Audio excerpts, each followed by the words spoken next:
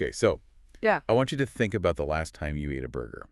You're hungry, maybe you're rushing a bit, and you take a massive bite. You chew, you swallow, and for just a split second, it feels stuck. Mm. You know that feeling, right? It's that kind of slow-motion glug sensation in the middle of your chest. Oh, we've all been there. You kind of pound your chest, grab a sip of water, and usually gravity does the rest. Right. But I want you to imagine that sensation doesn't go away. You drink the water to wash it down, but the water, it doesn't go down either. Oh, what? In fact, the water comes back up. You wait a minute, you try again, and it just hits a concrete wall. That isn't just eating too fast. That is a moment of pure biological panic. It's terrifying, and clinically, that panic is a massive physiological signal. It's your body pulling the emergency brake and just screaming that something is mechanically broken. Today, we are deep diving into esophageal cancer. And look, I know as soon as I say the C word, people, they want to tune out. Yeah. But we aren't here to just doom scroll through symptoms. We're going to look at this like engineers.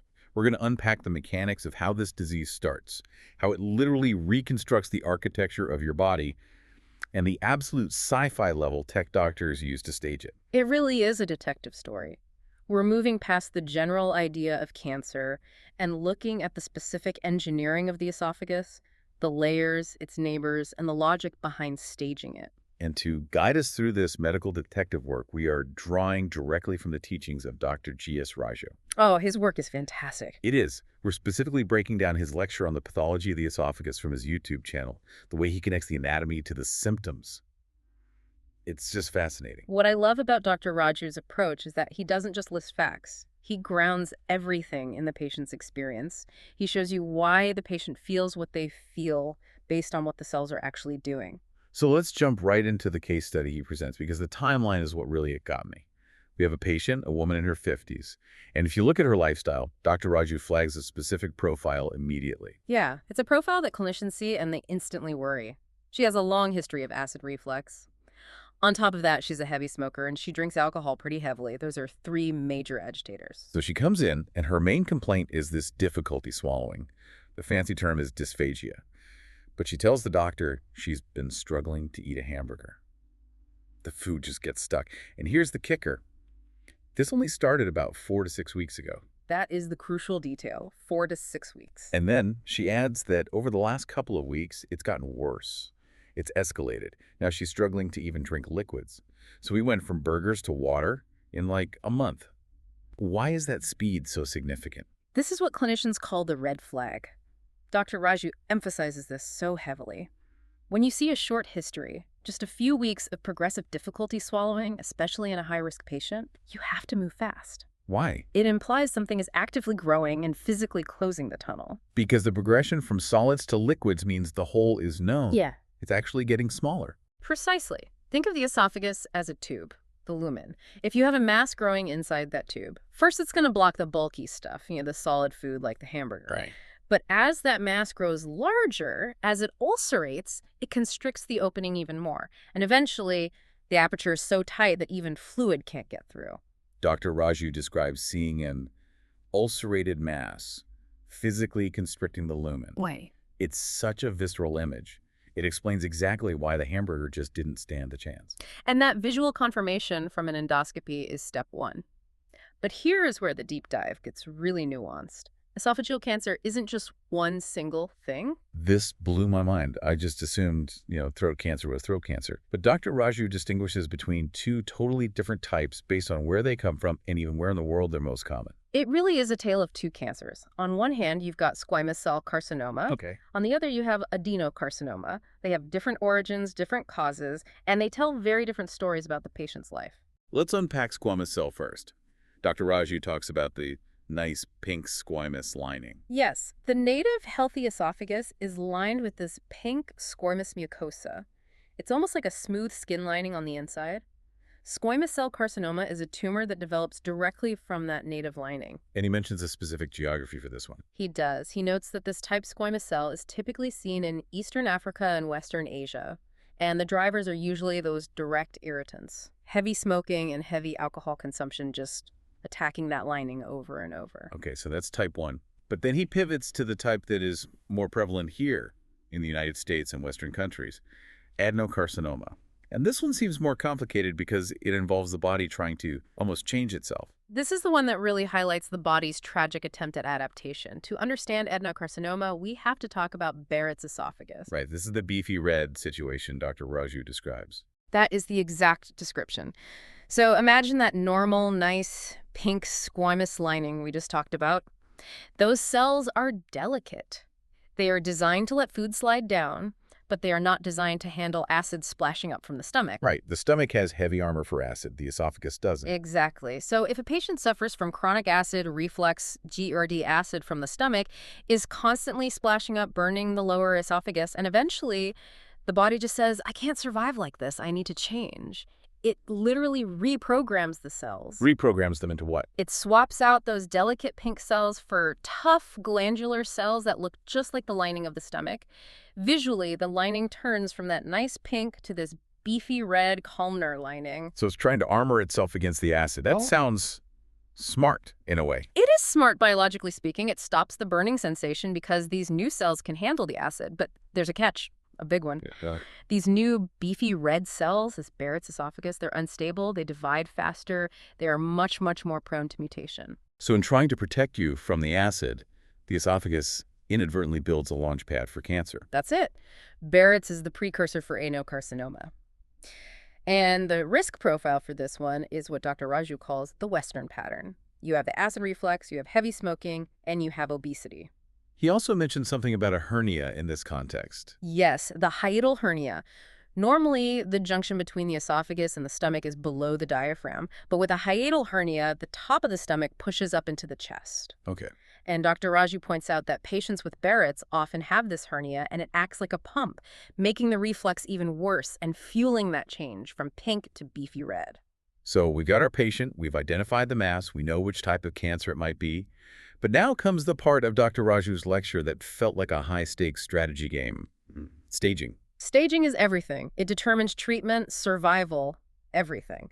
And to understand staging, Dr. Raju takes us on a tour of the walls of the esophagus. The layer cake. The layer cake, yes. I loved this breakdown because it made me realize the esophagus isn't just a simple PVC pipe.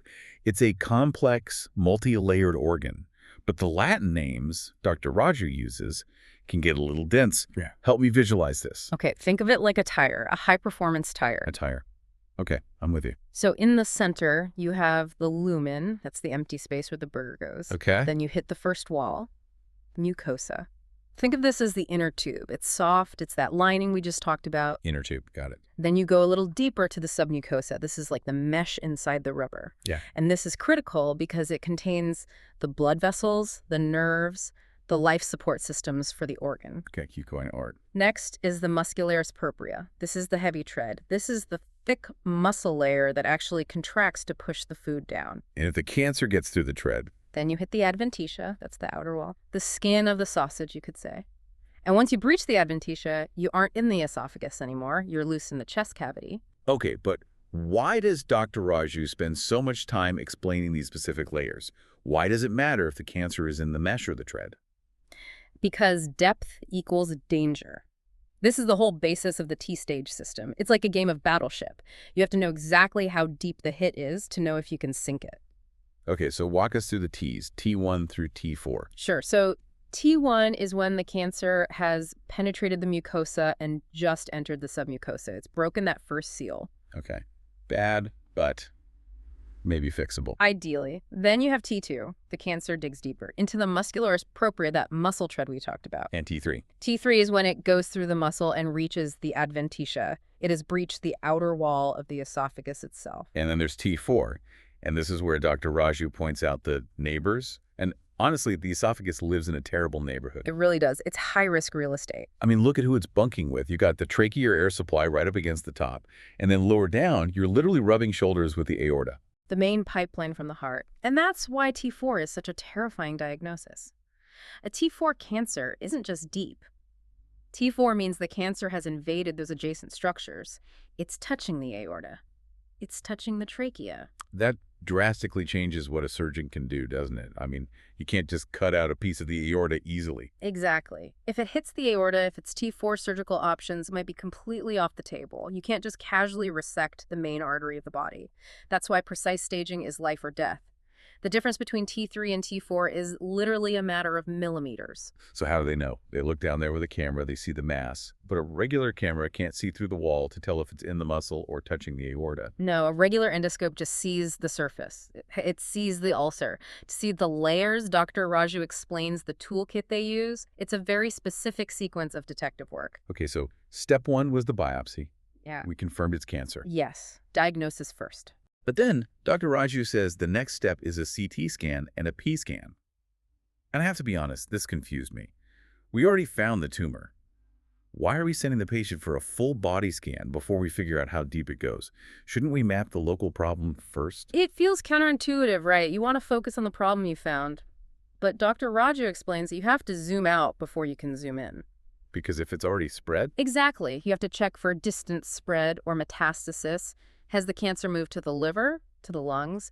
If the CT scan shows the cancer is already in the liver, it almost doesn't matter if the esophageal tumor is T1 or T3. The entire strategy changes. You don't fight a local battle if the war is already systemic.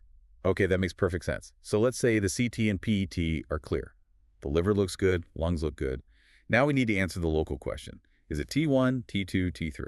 Now we go back inside, and Dr. Raju talks about going to the endoscope storage area to grab very specific tools, the EUS scopes, endoscopic ultrasound.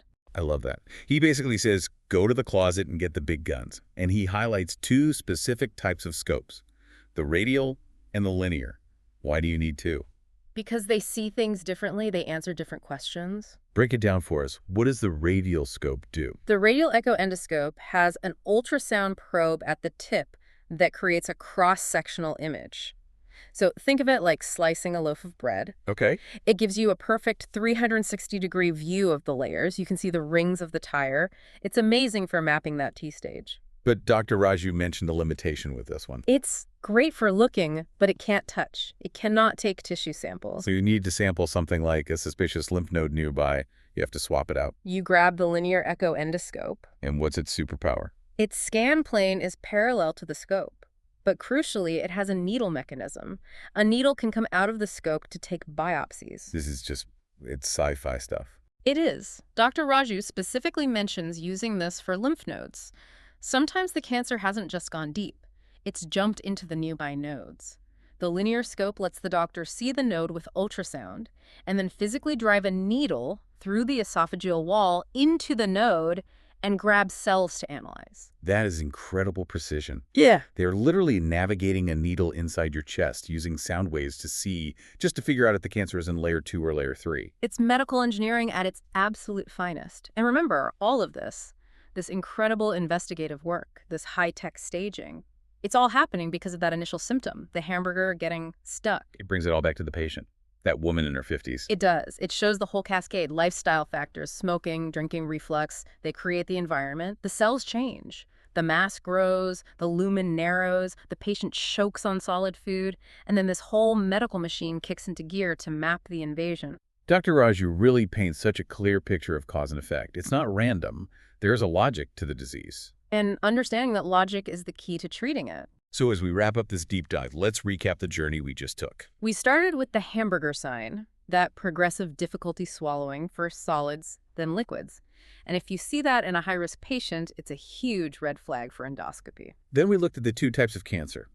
Squamous cell, the native mistake, linked to smoking and drinking, and adenocarcinoma, the Western type, linked to that tragic story of the body trying to protect itself from acid and creating Barrett's esophagus. And we broke down the anatomy, the vital importance of those layers, mucosa to adventitia, and the dangerous neighborhood the esophagus lives in, right next to the aorta and trachea. Which leads directly to the staging, T1 through T4.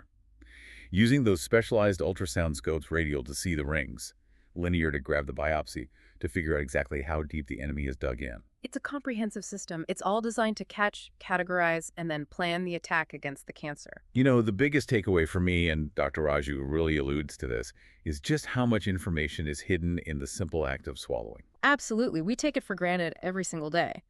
But a change in your ability to swallow is a massive distress signal. It's your body literally putting up a roadblock and saying, hey, pay attention here. And that leads me to my final thought for you, the listener, Yeah. today. We tend to think of our organs as just parts. You know, the esophagus is just a food pipe. But hearing Dr. Raju explain the pathology, you realize it's a storyteller. How so? Well, think about it. The type of cells lining it can tell the story of where you live, East Africa versus the U.S. Yeah. It tells the story of how you live, your diet, your habits, your history of reflux. It's this complex, multi-layered organ living in the most dangerous real estate in the body, right next to your heart and your lungs. It reflects your biography and its biology. That's a powerful way to put it. It really does keep the score. Exactly. So the next time you take a bite of a burger and it goes down smooth, maybe take a split second to appreciate the incredible mechanics that make that simple act possible. And if it doesn't go down smooth, don't wait 4 to 6 weeks. Amen to that. Stay curious, everyone. We'll catch you on the next deep dive.